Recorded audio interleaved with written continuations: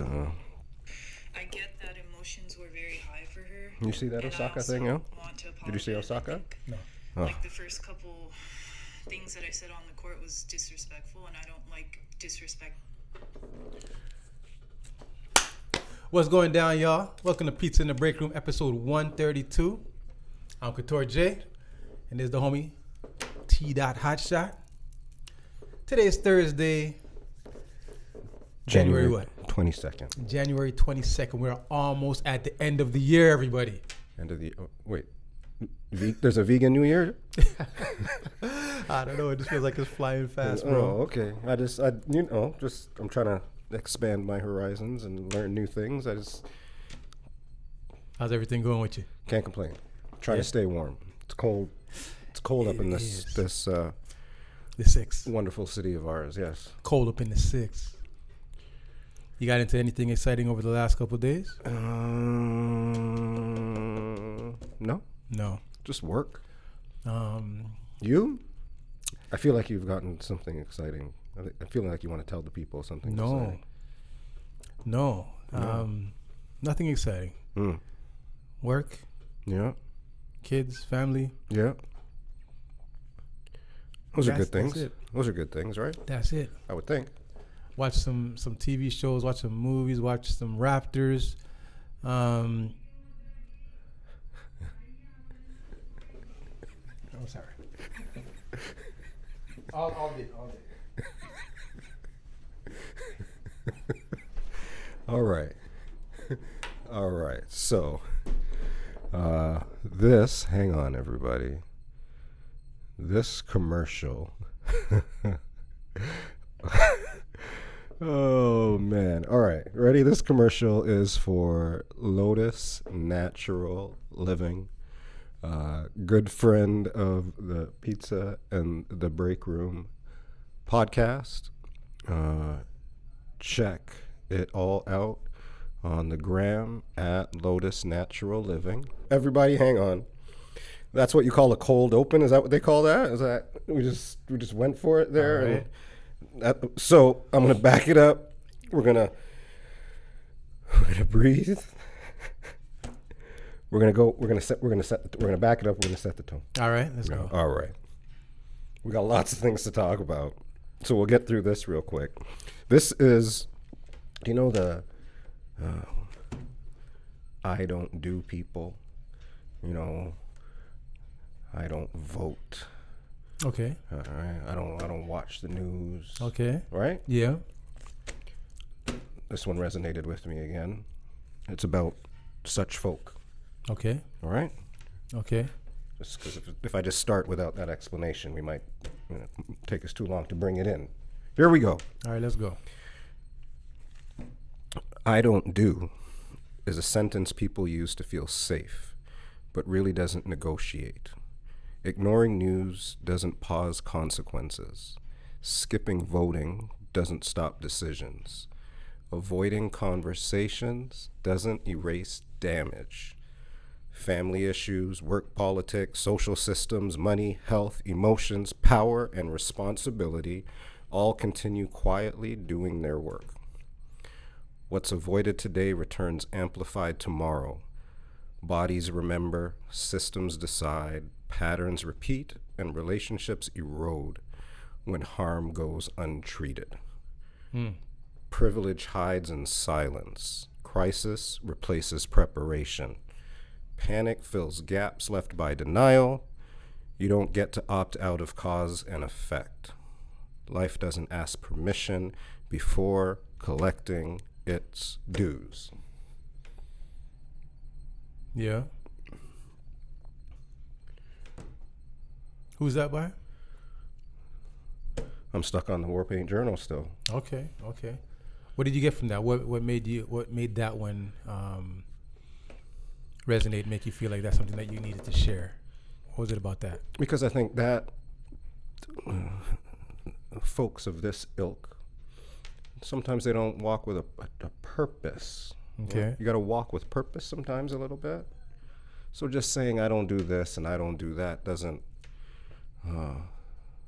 allow you to then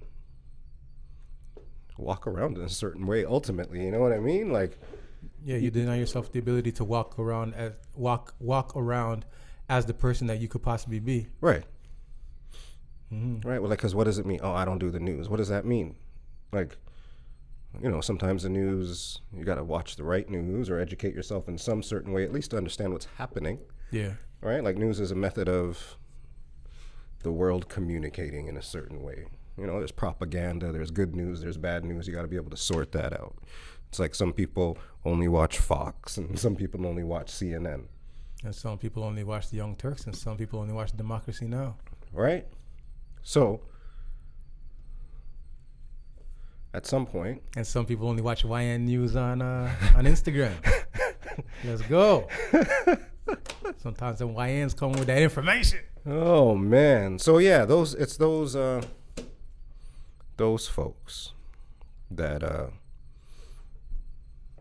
you just got to stand up for something at some point, right, wrong, and different. Mm-hmm.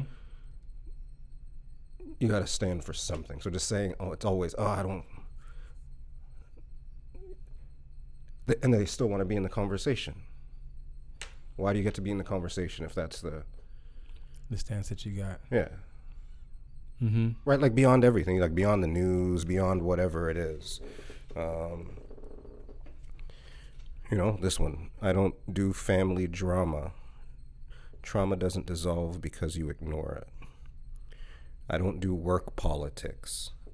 Power dynamics still decide your pay and growth. Big facts. All right? I don't do social issues. They still shape who gets protected and who doesn't. Right? So there's a certain point that you gotta buy into something. And you can have opinion on that thing, but at least you bought into something. Yeah. That's what I get from that. So that's what I got. That's my tone for the day is at least own your perspective a little bit. Right? This is why, or make a decision because, and make it a little bit more than just like it takes the responsibility of your action out of it. All right. So you say you don't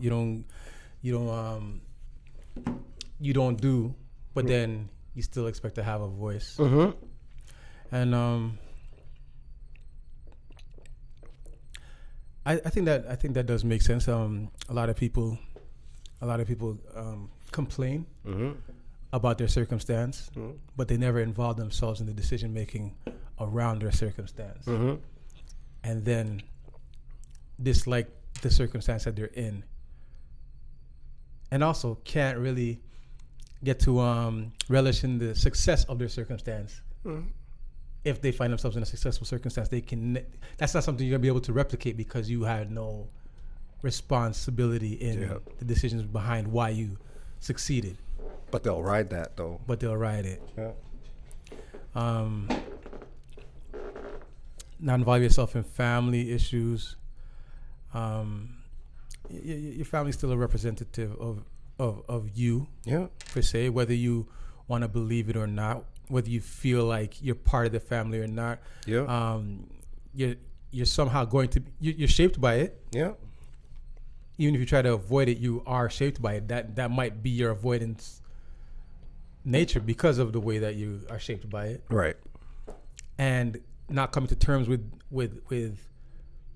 family, whether it be negative or positive, will ultimately shape the way you deal with circumstances in life. Right.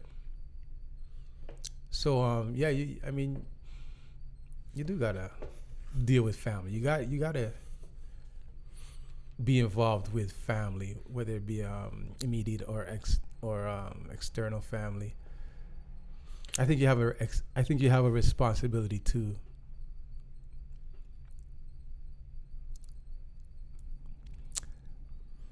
have your position. You have the responsibility to at least address it.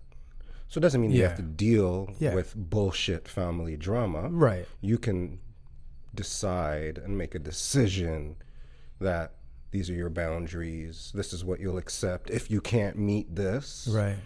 But it's not just whatever happens, right? It's different that way. And then you own that, Mm-hmm. right? Because then you can say, I tried.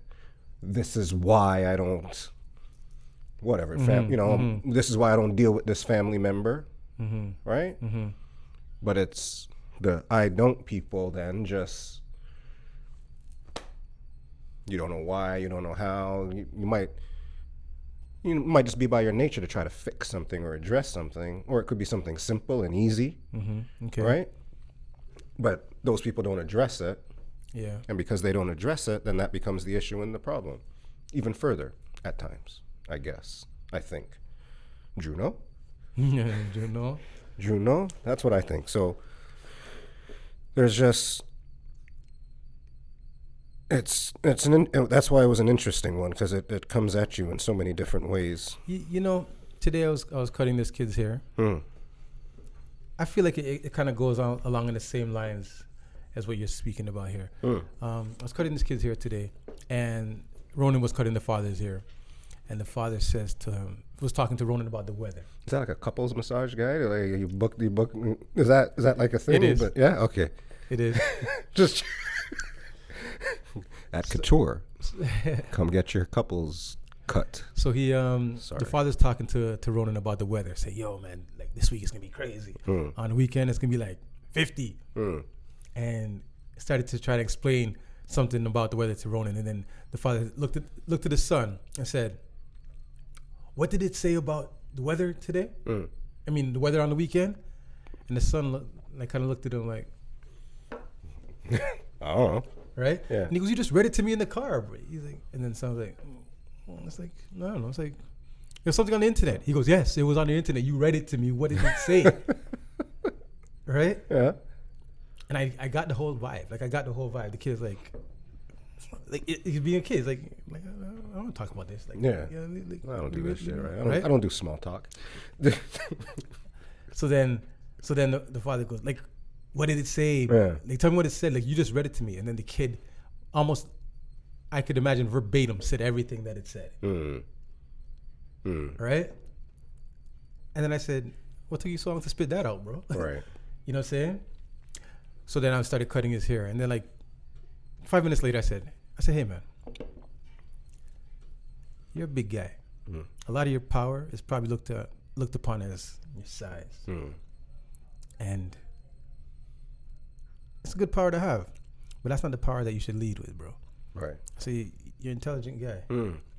I heard you recite everything that your dad asked you to recite. Initially, you didn't want to. And initially, you were acting like you didn't know. Right. Like, if you know something, don't act like you don't know stuff. This is where your real power is, bro. And if you don't use this, then you're going to have to end up, people are going to deal with you a certain way because they think that you don't have it up there. Right. And then that's going to lead you to then having to result to using your physical power. Right. Lead with this, man. Lead with this. And I say that because I don't do whatever that is. You know, I don't do small talk, or I don't do talking with my dad. Right. In public. I don't talk to you, guy. Who are you talking to? Right. Talking to me? I said, nah, bro. Don't ever walk around having people think that you don't know things, especially if you do know. I don't know. Don't. You I know. don't know.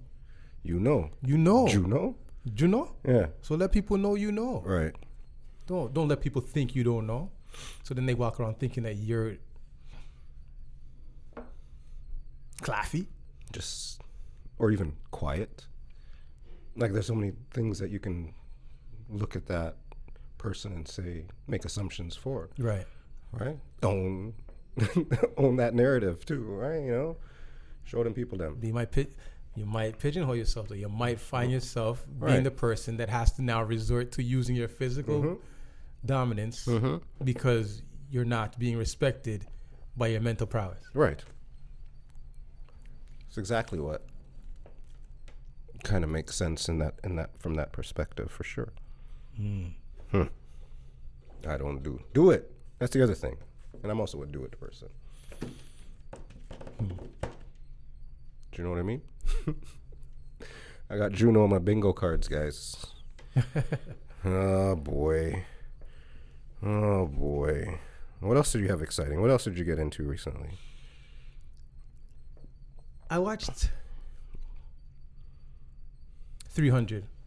300, like 300. Yeah, Yeah. I watched that movie. Had you watched it before? Is I watched it long time? many years ago, and you know, it's when we watched it when we were younger, it was I think it was like the first of its kind, if not the second. I think there was a Bruce Willis movie that was shot in all green screen. That was like the first of its kind. Mm. And I think that was on the heels of Avatar being a 3D movie, the first 3D movie. And then all these movies started shooting 3D movies, and Bruce Willis had one. I forget what it's called, but then 300 was like the second all green screen movie. Mm. And it was amazing at the time when we watched it, right? And now powerful scene is when Leonidas goes and meets with Xerxes on the side of the cliff.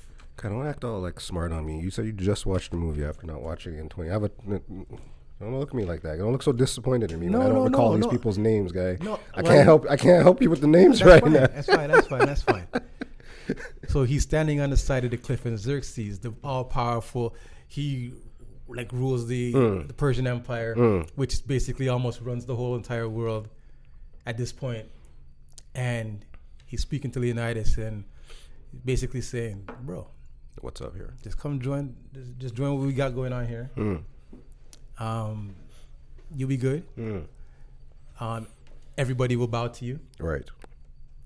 You'll just have to bow to me.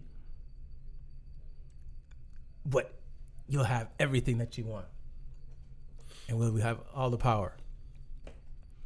And Leonidas, like, just him stands there and speaking to him, like, you know, saying, bro, like, thanks for your offer, but no thanks. Like, that's not the type of power that we want to be involved in. And he stood up and he made his speech and, you know, spoke to Xerxes, you know, basically about his arrogance. Right. And thinking that he can dominate the world. And then after that, everybody in the World Economic Forum just clapped. Like, yes.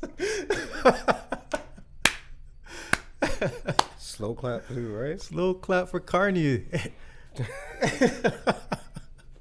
You're so stupid, man. I was like, wow. Like, how the parallel, bro. So what do you think? What do you think? Like now that I understand it, now you got to tell the rest of the people in English. What do you think? En français, because we're from Canada. Well, I mean, Mark Carney, the Prime Minister of Canada, made a speech in Davos, Switzerland. At the World Economic Forum? At the World Economic Forum. Yeah. And basically made a plea to all the people, all the leaders in the nations to say, you know what, maybe we don't go along to get along anymore. Right. Because the power is being corrupted and abused. And what we going along to get along to feel safe no longer seems like it's serving us anymore. New World Order. And when I heard his speech, I was like, wow, like it touched me, you know what I mean? Like it made me feel a way, like, you know, serious man. Man's making a serious plea, serious gesture, serious stance he's taking. Yeah, he's making an alliance.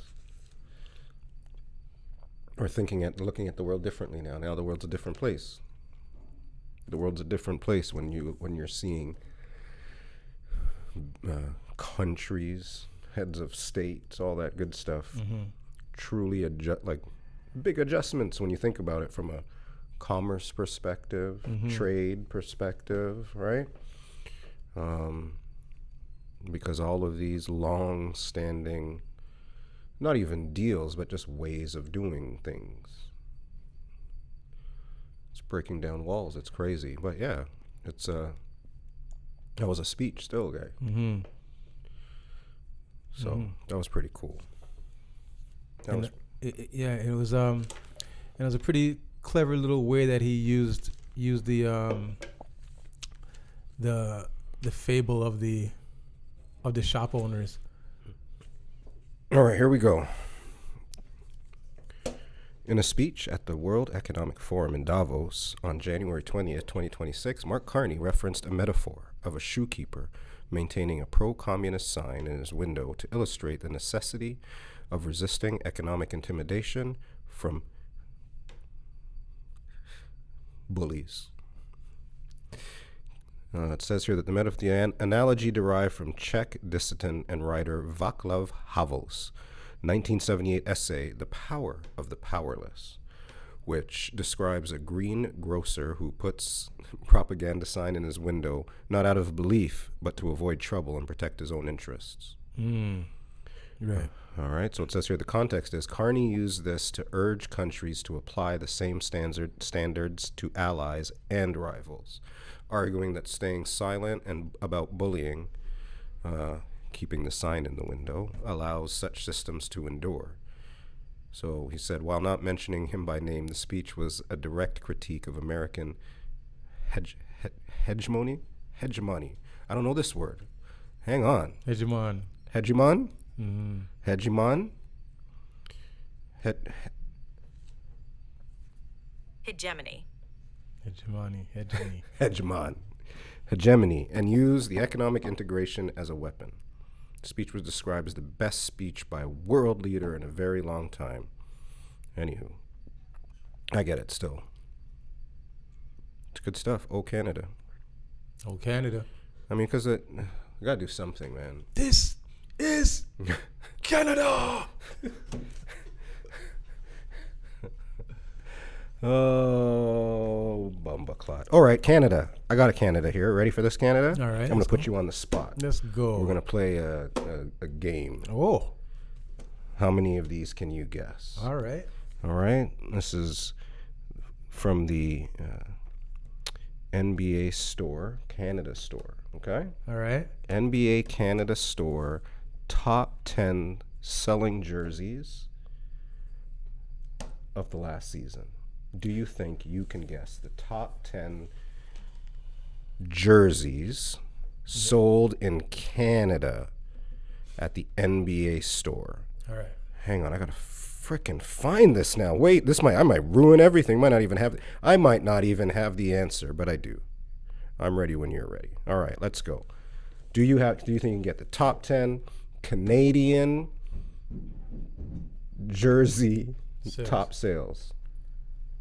Canadian jerseys or Canadian jersey sales in Canada? Jersey sales in Canada. All right. Thank you for correcting my English. All right, let's go. Let's go. What do we got here? We got LeBron James. LeBron James comes in at number 4. We got Steph Curry for sure. Steph Curry, number 2. We got Luka Doncic for sure. Doncic, 3. We got Giannis Antetokounmpo. Giannis comes in at number 10. What? Number 10. No wonder he hasn't signed here yet. Yeah, well. Okay. All right, so Wembenyama. Wemby, number 6. Ooh. So far, you got 5 of the 10. You are halfway there. Okay. And this is top 10 top selling NBA jerseys in Canada. Okay. Obviously, Sports Illustrated Man of the Year. Yeah. Shai Gilgeous-Alexander. SGA comes in at number 5. Number 5. Okay. So we got, these are Canadian jersey sales by the Canadians. So because it's in Canada, Mm-hmm. and there's a team in Canada. Okay, that's Scotty Barnes. Scotty Barnes is the number 1 selling jersey in Canada. Is it really? Scotty Barnes. Good for Scotty Barnes. Bless you. All right, Scotty Barnes. We have another Toronto Raptor in the top 10. Ooh, I guess that's got to be Brandon Ingram. It is not Brandon RJ Miller. Barrett? It is RJ Barrett. Let's go. Coming in at number 8. You got number 7 and number 9 left. We got another international superstar. And of the international superstar, Jokic comes in at number 9, and you have number 7 left. Number 7 is, this one might be a little bit tough. Don't tell me. Jaylen Brown? Not Jaylen Brown. Okay. Not Trae Young. Not Trae Young. Okay. He is an all-star. Don't tell me. One more guess, and then I'm done. Okay, so. So I'll help you out. Number 1 is Scotty Barnes. Number 2, Steph Curry, Luka Doncic, LeBron James, Shai Gilgeous-Alexander, Victor Wembanyama at number 6. Number 7 is undecided. Number 8 is RJ Barrett. Number 9 is Nikola Jokic. Number 10 is Giannis Antetokounmpo. Brunson? Jalen Brunson is not number 7. He is number 12 on the list. Wow. So he is not in your top 10. He's an honorable mention. Wow. Okay. We're going to go into the Western Conference. Okay. Western Conference. Okay. All right. Oh, Anthony Edwards, man. What am I thinking? Ant-Man is number 7. Edwards. I think you get a slow clap for that. So Scotty Barnes at number 1, selling jersey in Canada. Big shouts out Scotty Barnes, man. That's good stuff. So that top 10 is going to bring us to another top 10 now. And that top 10 is derived of 2 teams. Those 2 teams are NBA All-Stars. One's from the Eastern Conference, one's from the Western Conference. Okay. All right, we're going to talk about those teams and what they look like. You're going to tell me, number 1, what you think about the team itself, and then we'll talk about who's going to win the bloody game. Based on the starters so far in the East, we got Giannis Antetokounmpo, Jalen Brunson, Jaylen Brown, Cade Cunningham of the Detroit Pistons, and Tyrese Maxey. Wow. I know this little guard. His name is Maxey. That is your Eastern All-Stars. Your Western All-Stars. Luka Doncic, Nikola Jokic, Steph Curry, Victor Wembanyama, and at guard, Shai Gilgeous-Alexander. So those are some tough teams. I think the West should drub them still, but that's just me. Okay, we got to find out about the bench Luka, too. Yeah, Luka, Jokic, Steph, Shai, and Wemby. That's a paddling. And then Anthony Edwards is on the bench. Do you think LeBron James will be on the bench? LeBron James has to be on the bench. Has to be on the bench. So he will be on the bench. He has to be. Come hell or high water. Has to be. Hook or crook. It's in LA as well. Is it? Yeah. Oh, okay. That takes all the excitement out of it. I mean, not Lakers, but still LA. He's got to be there. Ooh, that means no Kawhi. Not yet. LeBron James, this is the first time in his career that he's not an NBA All-Star starter. That's a big deal. That's plenty of years. It's a lot of years. 21 years maybe, something like that. More years than my children have been alive. LeBron James has been a starter longer than I have been a father.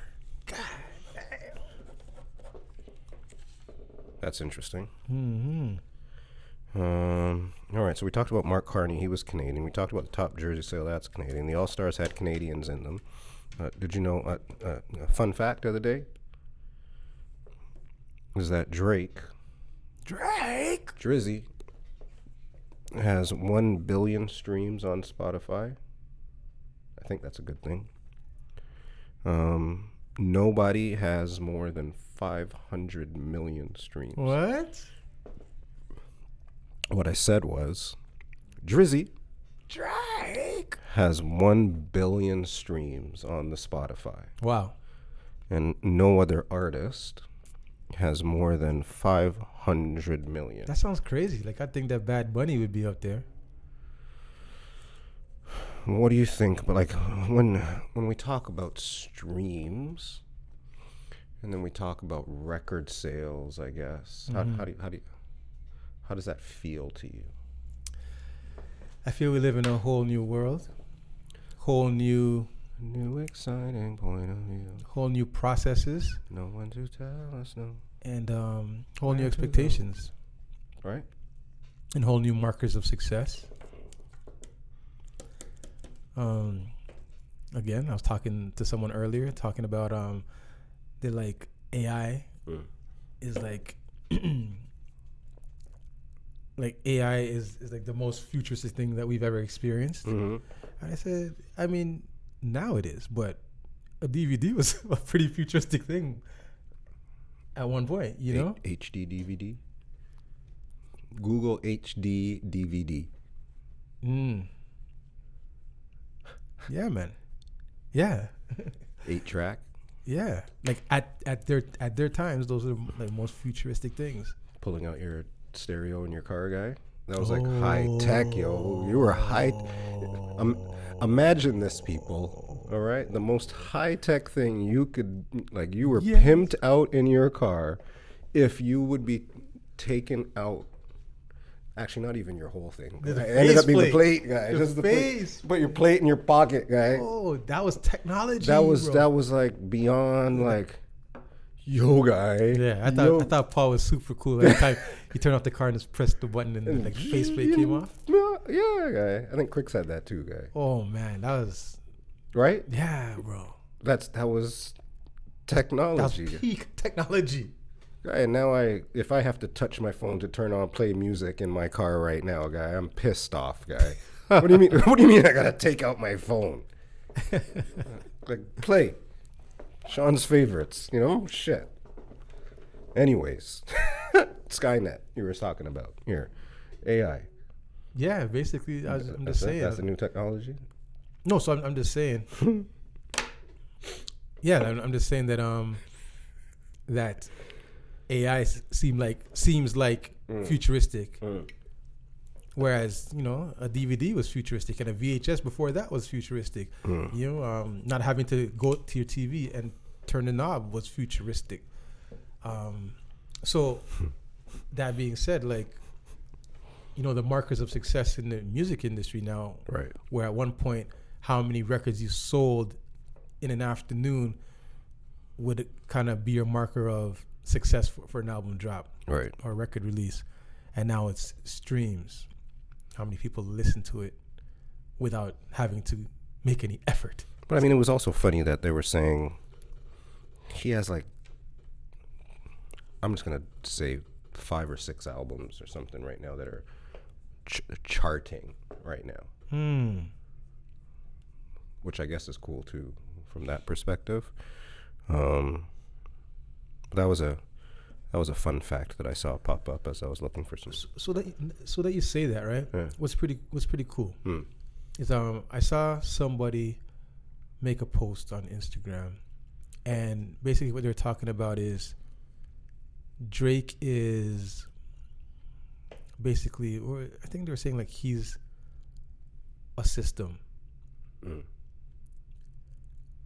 He's a system, or he's like a character.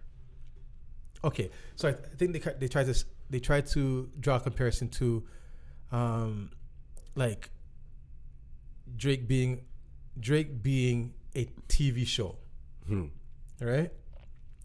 And a character in a TV show. So Drake's a character in a TV show.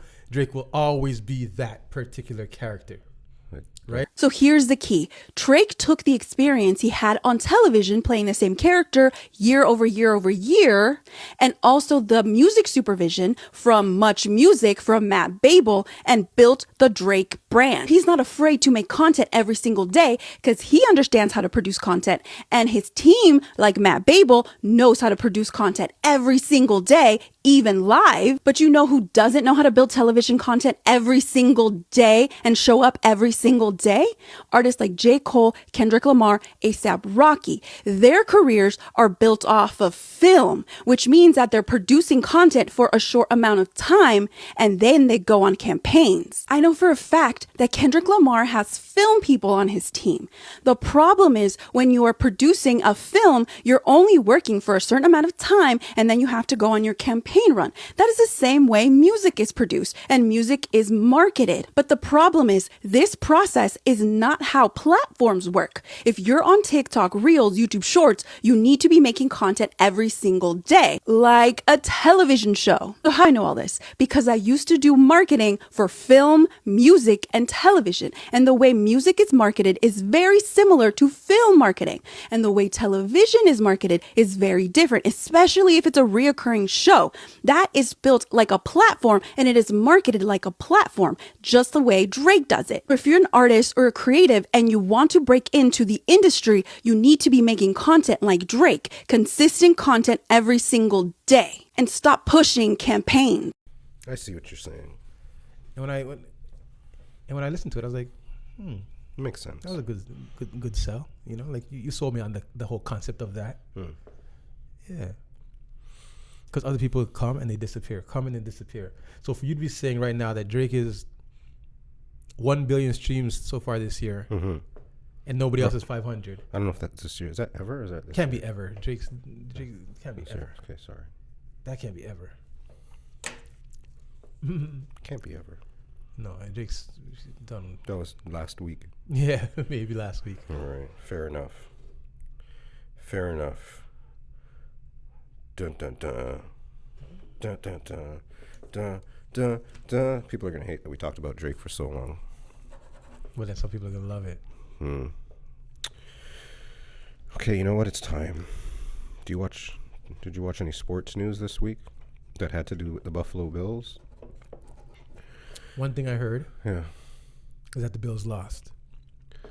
Bills always lost under extraordinary circumstances, just for the record. And we're watching the last episode of Pizza in the Break Room, and there was a kid getting his hair cut, and he like all the predictions that you made for the week. He's like,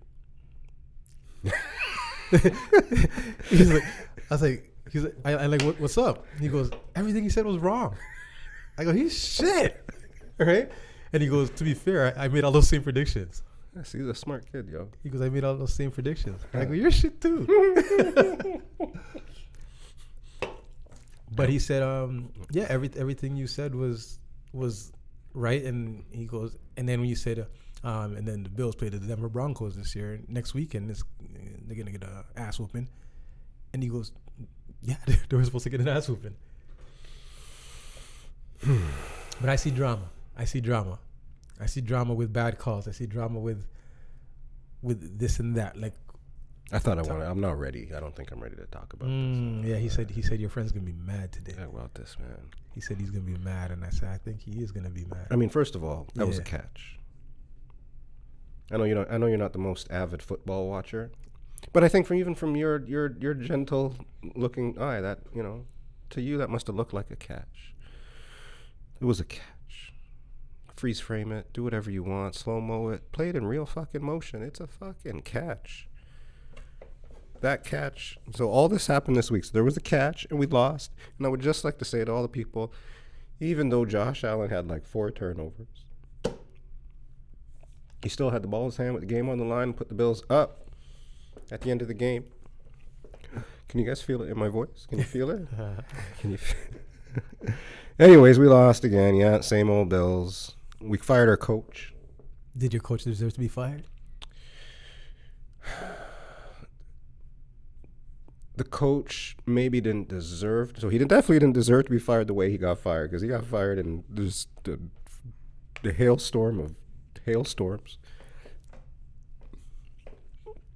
But it was time for a change. I thought the general manager would get fired as well, but the owner just came out and said, fuck this shit. Because he was like, I wasn't really thinking about this until they lost to Denver. Okay. Which is probably, of all the times to fire Sean McDermott, this was the last time I would ever think that it was time to fire Sean McDermott, because he did good this season. He had a lot of injuries, played good, right there. He literally lost his job on that play, on that catch. You know what I'm saying? Literally. So, hail up. Sean McDermott has changed the culture of the Buffalo Bills. He was 9 seasons. I think he was like 98-50 or some shit like that, but he just lost in the playoffs. So at some point it's time. Maybe a new voice. We see this in sports all the time. Nick Nurse, right? Steve Kerr. They did it in football. It was, I think, who was it? Was it Gruden? Yeah, Dungy took over. Gruden took over for Dungy, maybe. Stuff like that. So, you know, the owner was pissed. The owner was feeling it was in his feelings. He didn't like seeing Josh Allen cry. He did not like that. I don't think any Bills fan. I don't think it was. Did you see this press conference yesterday with the owner? No. Oh, you should watch the press conference, man. It's kind of good to have like the Bills have been good for a while now, so it's good. They're, you know, before, they go on before commercial in the shows. You know what I mean? They're always talked about in the early segments of shows and stuff like that. The narrative has changed thanks to Sean McDermott. However, this press conference was wild, and it's just fun to have them in the news. It's great. This owner is wild and crazy, and I kind of like it. Yeah. I kind of like it right now. What was he on about? Well, he was like, well, because remember now, there's the GM that some people thought should get fired, and the coach that some people thought that should get fired. So the word on the street is, of course, that the owner sided with the GM, because the GM also got promoted at the same time as well. So now he has a new job. I think he's a director of football operations or some shit like that. So now everything football, because before the coach and the GM reported into the owner. So now the GM got promoted. So now everything football goes into the GM. Anywho. So I just like it. It's time. Let's go Bills. It's going to be good. I heard that the GM or somebody like tore into the rookie. Coleman. So Coleman's a wide receiver. He got benched a little bit this year. They're not dedicated, blah, blah, blah. And basically the reporter asked the GM, Brandon Bean, Big Baller Bean, shout out to Big Baller Bean, what happened with Coleman, basically. They were challenging on the Coleman. And then the owner jumps in, he goes, let me answer that. He goes, the coaching staff wanted Bean, or wanted Coleman. He goes, so it's not, I keep hearing that it's this guy's fault. It was the coaching staff wanted him. And they're saying to this guy's still on our fucking team. So he's just like, we didn't want him. The coaches wanted him. Wow. And I mean, when you hear the soundbite, it's terrible. Obviously, I think Brandon Bean jumped in a little bit later, and he's like, yo, I made the decision, but we collaborate kind of thing. But the owner was just like, you're just coming in and talking the wildest shit. It was great. Like, he literally told everybody that, I walked into the locker room after the game. I saw them crying, and I was like, fuck it, I'm going to fire the coach. That's what he said in the interview. He goes, I didn't think about it until the Denver game, and that's the Denver game where we just watched the man lose on the fraud catch and the missed pass interference call, because the first pass interference, definitely not pass interference, and then y'all missed the freaking pass interference on Brandon Cooks at the end of regulation as well. Shout out to G the Greek talking shit in my DMs. Oh no. Get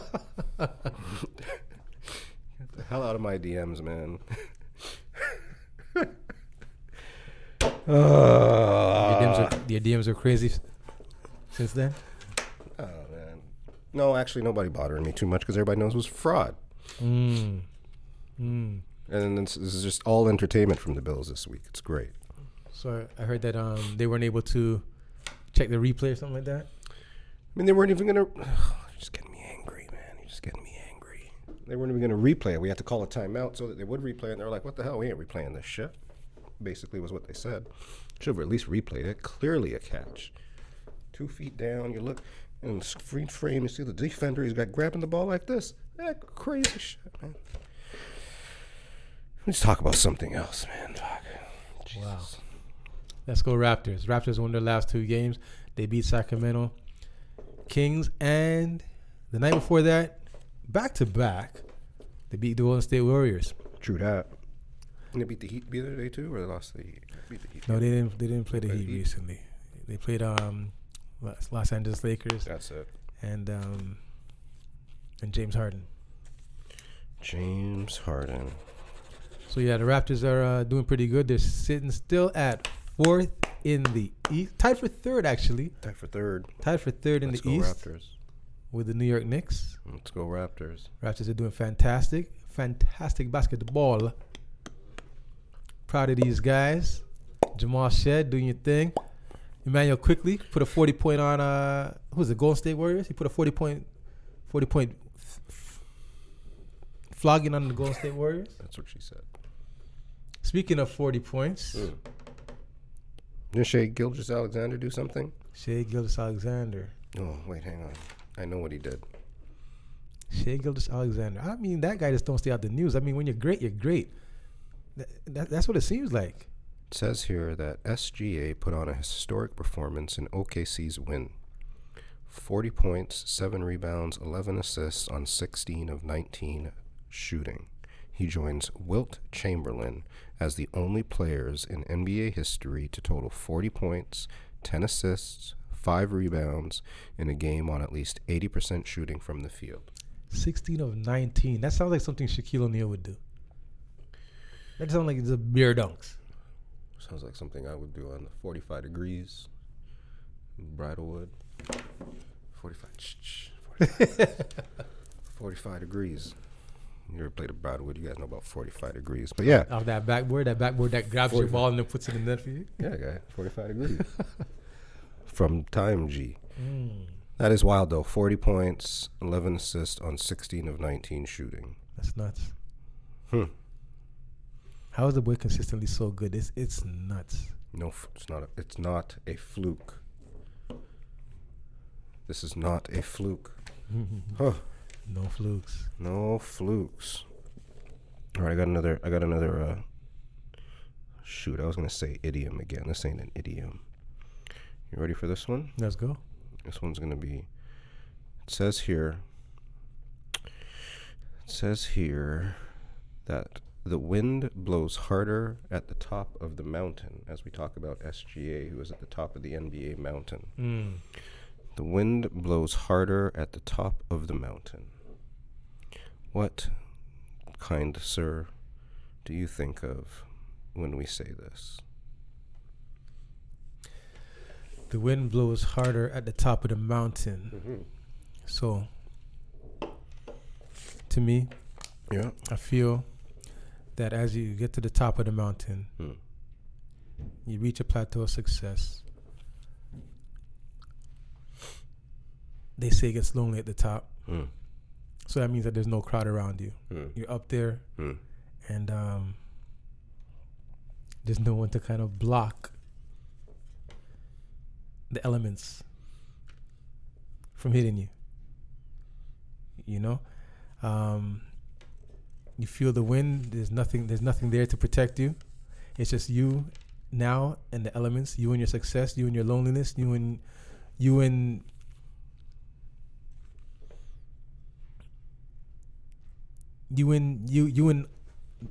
you being vulnerable to all the all the obstacles and adversities that come.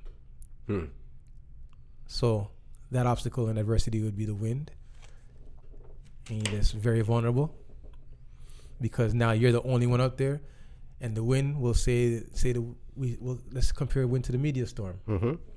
Because you are at the top, you are the main focus All the time.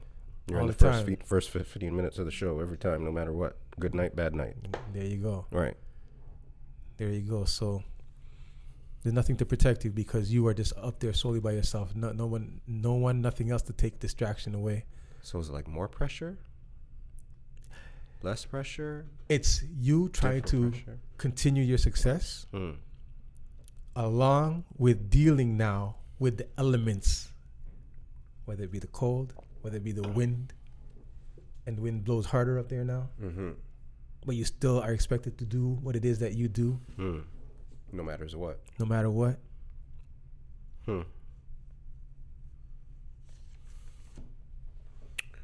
Yeah, it's interesting, I think. Carney's up there. Well, because even they say at the top of the mountain, the air is a little bit less thin. It's thinner too. Dinner as well. It's thinner, but even with that, it's still blowing hard. The thinner air is still blowing harder. The thinner air is still blowing harder. The air blows hardest at the top of the mountain. You think that's why people don't want to be at the top of the mountain? Mm-hmm. Is it don't want to be at the top of the mountain, or they don't understand how hard it is to be at the top of the mountain? Some people don't want to be at the top of the mountain. They act like they want to be, but they don't really want to be. Because you gotta. You know, even with the kid, I say when his dad asked him to give him the answer to the question, his dad was thrusting him to the top of the mountain. You're in a room full of men right now. Speak. Be up here in this rare air of conversation with men. And he'd rather not be at the top of the mountain. Right. You know what I'm saying? Yeah. Nah, young blood, come to the top of the mountain. Yeah. All right. Because there's a pressure that he doesn't want to face. Exactly. It's like, no, it's windy up there, bro. It's windy up there. Yeah. You got to stand in the wind. Yeah. Right? Right? You gotta dig in. The wind. But then it's funny blows that you say harder. it's funny you say that because you bring that off the heels of the conversation about Shai, and the wind blows hardest at the top of the mountain, and Shai just put a post up, and it says "Free Smoke Merchant." That's his caption. Free smoke merchant. Free smoke. Free smoke. Basically saying, I'm at the top of the mountain, and it's free smoke. I want all of it. I want all the wind that's blowing at this top of the mountain, at the top of this mountain.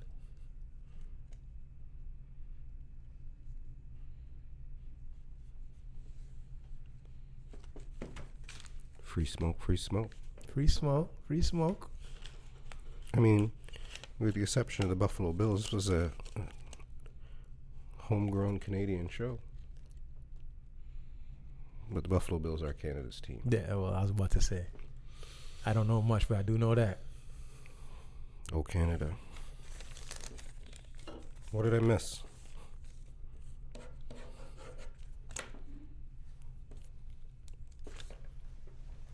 You got something up your sleeve there? No. Looks like you have something up your sleeve there.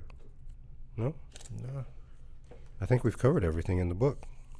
Unless you want to talk about what television shows you watch, but that's up to you. No, that's good. We can hit that another day. We'll do that on another episode of the Polka Dot Door. We'll see you soon on the Polka What Dot did Door. I miss? What did I miss? What did I miss? You're a rapper guy? I don't give up. You love me. It's true. I don't give up. It's true. 666. Asking me how do I feel. Oh, shit. Wish me luck. Good luck. Are you supposed to say something? Thank you for joining Pizza in the Break Room, episode 132. T-Dot Hot Shot and KUTURE Jay. Big it One up. time. Holler, holler, holler.